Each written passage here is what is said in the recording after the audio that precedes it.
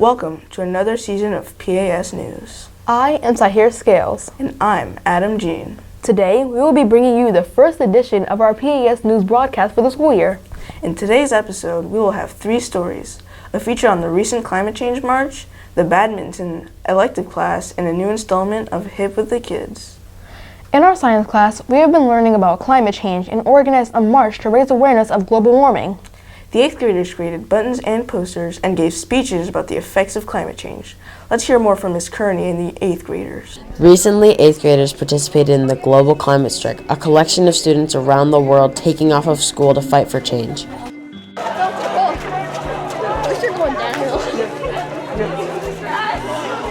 In particular, a change apparent from the mid to late 20th century onwards, and attributed largely to the increased levels of atmospheric carbon dioxide produced by the use of fossil fuels.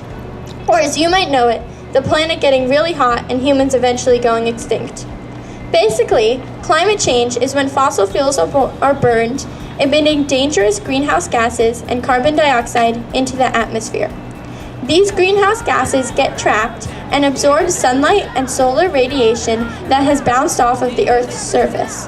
This means heat from the sun can only go into the Earth's atmosphere, not out. This is called the greenhouse effect. Keep the temperature down! Keep carbon underground! We can't get another Earth. We can't just get a new atmosphere. We have one Earth, and it's time to take action. We have 11 years. That's 11 before what we are doing to the planet becomes irreversible. And that may seem like a lot of time, but that number is only going to get smaller. So believe me when I tell you that 11 years is not a lot of time. Many people think of themselves when they ask, is it worth giving up all the resources and ways of life that they hold so dear? But think of your children. Think of your grandchildren and your great-grandchildren. It's not okay. It is simply not fair to put them through a life of misery. No more coal! No more oil! No more carbon endless! No more! We could plant more trees and plants. We could pick up any trash that we find on the streets or the sidewalk. Use less air conditioning or heaters in different types of weather. Things that allow you to use less electricity. Take the amount of energy that we use in the classroom daily and reduce it by as much as possible while still making it as functional as possible. So we're taking the problems, finding solutions, and trying to reduce the carbon footprint. There's a theory called the Great Filter Theory. The theory is an attempt to explain why we have found no sign of intelligent life in the vast amount of space that we have observed. The theory states that there is a place and time for every intelligent species where their entire existence is threatened. Only when the species pushes past the Great Filter can it be truly successful. Some believe that the barrier is behind us. Perhaps it was the Black Death, or the Holocaust, or even simply coming into existence. Some believe that the filter's ahead of us, perhaps a nuclear war or another great plague. But I believe that we have just reached it, and the Great Filter is simply us killing ourselves by destroying the planet that we live on. Because like Greta Thunberg says, we need to act as if our house is on fire, because it is.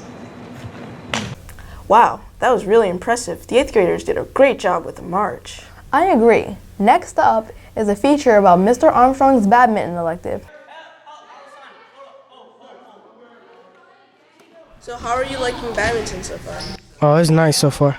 Yeah? Yeah. What do you like about it? I mean, it's fun and energetic. Yeah? Yeah. What do you like about it the most, I guess? Well, the competition in it, you know. What's the most important thing for you about badminton? Or the swinging, because I can't really swing. Do you have any goals for it? I don't know, just improve my swinging. And in your opinion, who do you think here is the best? I don't know. That's a tough question. How do you like badminton? It's pretty good. At the end of the whole thing, you get to play 1v1 and then the winner can get a skittle. What's the most important thing about badminton? I don't know. In your opinion, who's the best? Colin. How are you liking badminton so far? I think it's fun. What do you like about it most? It's a racket sport, and I play tennis, so it's similar to that. Win one of the tournaments. think about badminton? It's all on the wrist. In your opinion, who's the best? One of the Davids, or I would put myself in there.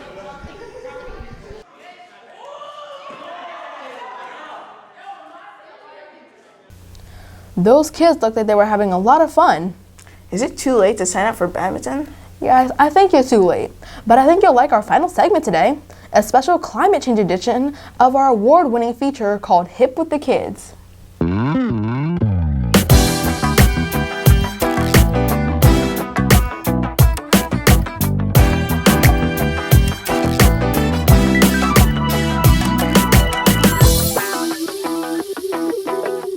Hello and welcome back to Hip with the Kids. Today we're going to be interviewing some kids about their thoughts and opinions on global warming.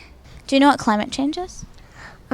Yeah, it's like something where like animals are like dying because like people are polluting the air and they drive cars a lot. My mom works at Temple, so I know what it is. When you don't like close off the light when you're going to one room to another. And people use cars too much. How does climate change make you feel? It makes me feel really sad and angry. It makes me feel really angry. Well, I don't like it. What are ways you could stop climate change? Ride a bike to school. Go on the bus because that doesn't do any pollution, I don't think.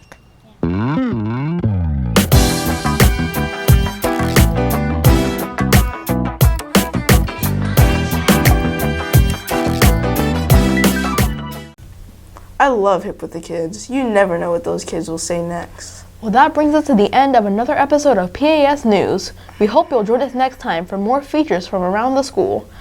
I'm Sahira Scales. And I'm Adam Jean. See you next time.